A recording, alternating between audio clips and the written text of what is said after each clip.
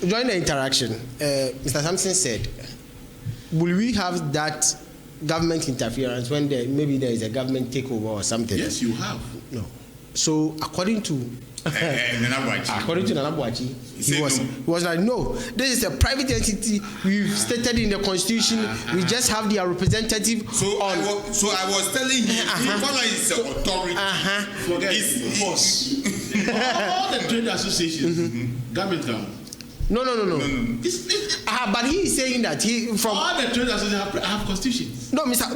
No, I understand. But what Mr. Sampson asked and the answer that came was, okay, we are not going to be bullied by the government because you're not going to take money from government. The members are going to pay.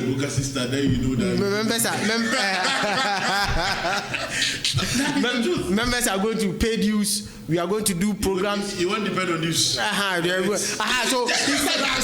said it. He said, no, you can't. How much dues are you going to pay for the whole year? When you are paying 1,000, forget 2,000 a year. Look, you can even pay 5,000, still not be enough. That is it. So when he said it, the answer that came was, okay, we are going to organize programs, maybe tourism conferences. Other stuff, we get sponsorship. You want government to sponsor you? No, he said guys, sponsorship deals, other stuff. So and he was saying that basically, if you're able to build this thing, the government will definitely come and take over. When, let's say, there is a new government and he feels like, okay, this is NDC. Or they will plan somebody to come and take over. Exactly. Even our constitution, our board members, the board. We have foreign affairs. Foreign affairs. Working at foreign affairs. But do they vote? They vote. Yeah. They vote. Yeah. They vote in the 1992 constitution, the election cycle of Ghana. I think you're talking about the general election. The board members, they vote. They vote. They vote. Yeah, they vote. So obviously they have affiliations. Oh yeah, definitely they will have. But he is saying that. But because it's a professional body, you have to act professional. Forget it. It will never happen. I'm being very honest with you. I've seen professional. Because look, I wish you could call Nanabuachi to also come. Honestly, it will never happen. Let's be honest to ourselves. You can't operate in isolation. No. You can't. Hello everyone, welcome to CHTV. This is Travel Lifestyle. My name is Hetty B. And today on Travel Lifestyle, we are asking. So we have accommodation, we have tour operators, we have food vendors, we have local. Yes, exactly. Bartenders. Yeah, bartenders too as well. Waitress. What for me, we need to advocate that compulsory membership. And then retuning or retracting GATOF. GATOF can serve all these interests we are talking about.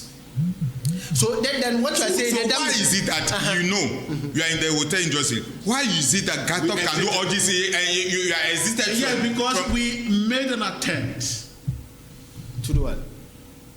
You know it. We made an attempt to do what? The president of Ghana Hotel Association made an attempt. Look. We can't operate like this. First of all, our legal status, where is it? Our constitution, where is it? As in our constitution, you see, the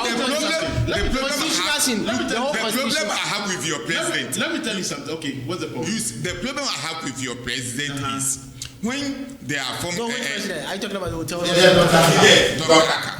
Okay. The problem I have with him is, look, they have about 10 members who wrote their constitution. You are among that they wrote the constitution, everything. For GATOK. The supposed new one, but they are not using the new one. No, let me land. You are among that they wrote the constitution. You haven't questioned the constitution. Now that they come and launch and veil it to the public. President and everybody is there. You are defending the constitution. Right now, you are questioning the constitution. Why you are among that they wrote the constitution? Okay, so you are part of those who made the constitution, and he's now questioning the confusion over there that day of the constitutional committee. And guess what? No, he was part of the constitutional committee. So that means those people who it was to review the current constitution of GATOF to understand its modus operandi so that they can operate and serve the industry well. So there was. As at the time the committee was set, the constitution was it is in tatters. Yes. Because let me tell you something. The argument is quite simple. Hoteliers, tour operators.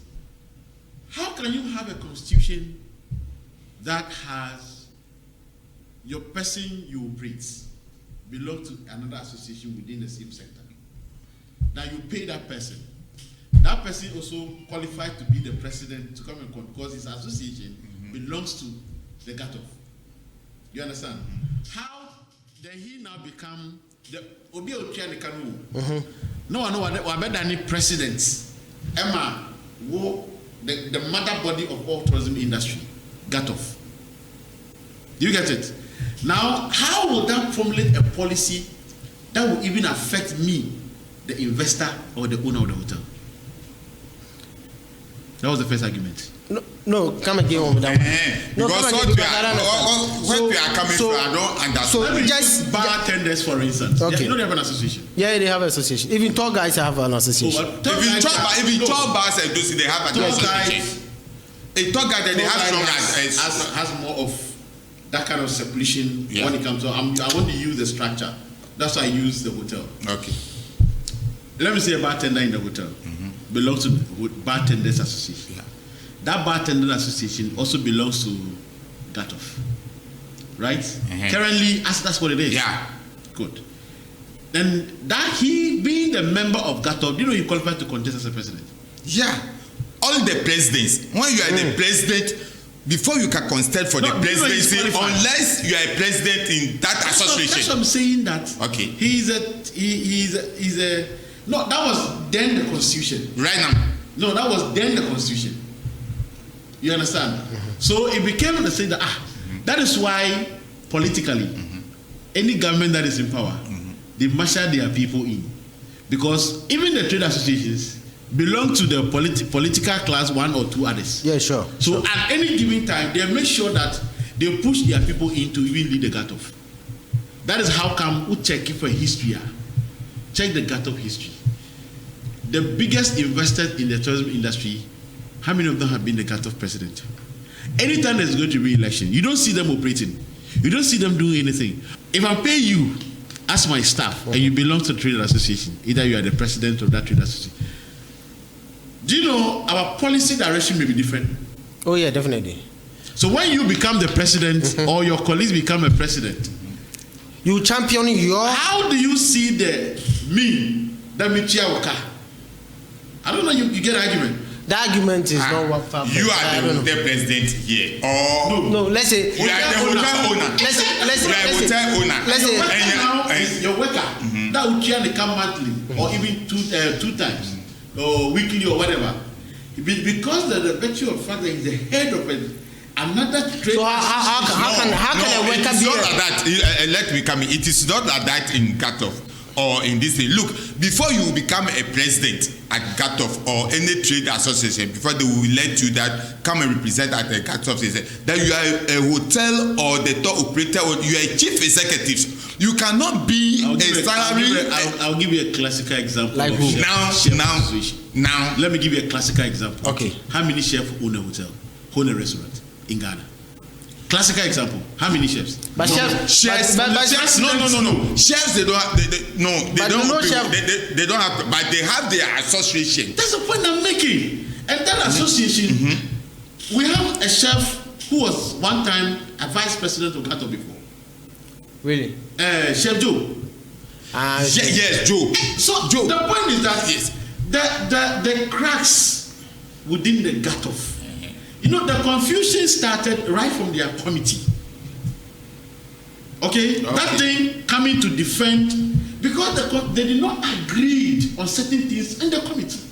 And one thing I know my boss, not because he's my boss, but I have learned rudiment of work and how to deal with people on him. In fact, I increased how I deal with people, especially when I deal with a committee. And a committee of such nature. The interest is so high. You understand? So at the committee level, I sat to him because me, I know him.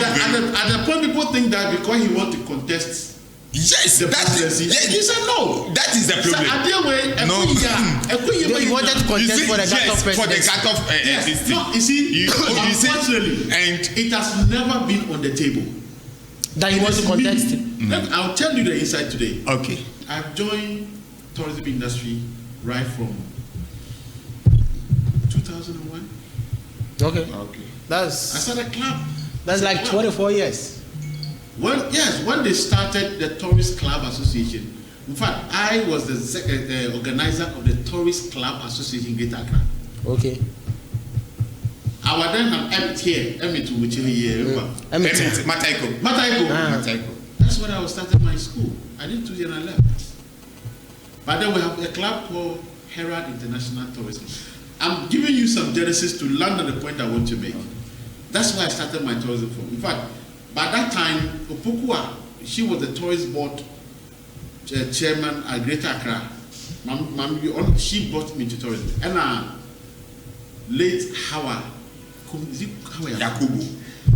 They are the people who brought me to tourism. At that time, she was the minister of tourism.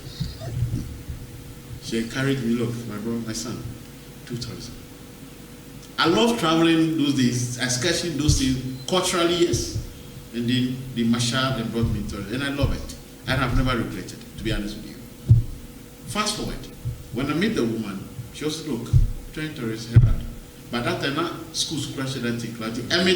Emmett electronics, Emmett vocational, then the Achilles and those things. So I formed, by that I was the organizer of the club. It was school. So I formed the friend Ashley Rania girls. Emmett's vocational. So you see, I've seen the involvement and the reward of the industry. And I've seen the growth of the industry. I've seen where the industry is going. And I feel that the time has come to get serious on certain things. What am I driving at? The industry, hotel industry is only one industry that is not really, really polarized. You know why? Because the investment you need in that area is huge. Big. You know, and the least thing you lose everything. You lose everything. The only thing you get is the assets. Exactly. So, even though their service is not to standard, but you can't just enter in that industry and you want to play safe. No, you can't play safe. No. But take it, look at all the other industry. I can easily switch it to tour operation. Simple. Yeah. But we have, I know somebody also in the hotel industry that hasn't got hotel. He hasn't got that hotel but he said executives over there, but he hasn't got hotel. There are two things. We have hoteliers, and then you have investment into the hotel industry. And I've called that all the directors who own hotel, they are not really hoteliers. They are investors to the industry. The managers, the marketing managers, who are there making sure that the day-to-day activities, they are what we call the proper hoteliers. Okay. So when you come in as a manager, it's not a free flow. Yeah, you should have like some. You can't just do anything just like that. Go. I get to my point. So you can't just come in. I'm a hotel manager. So what? You get that is why we check successful. All the successful hotel managers did not start as hotel managers. They have to start as night auditors, bartenders, floor managers, and so on and so forth before they really come to sales. So before you become a sales hotel manager, why you wouldn't send a ton night? A ton rooms. Wouldn't send a ton conference hall. Wouldn't send a ton. As you go to the mill. You go to the mill. So the structure-wise at the hotel industry is indeed cumbersome but nice environment to be in. But look at operators. What do I need? Especially now that with the advent of ChatGPT or AI. When I get my prompt right, I can get you a nice itinerary to Gabus. But in as much as right now, you are saying all what I need is a connection from US or from Canada. Oh, more bread or the coffee 3-4 biba.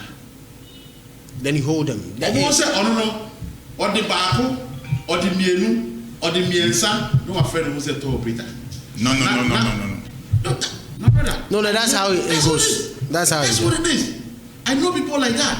Not one, not two, not three. Some people are not even prepared. At the end of the day, one like people, like one tourist, that like two people come in and say, okay, then this is good. Then this goes. Then definitely he becomes. It has easy for him. And now, brand the sooner what the other side, you know.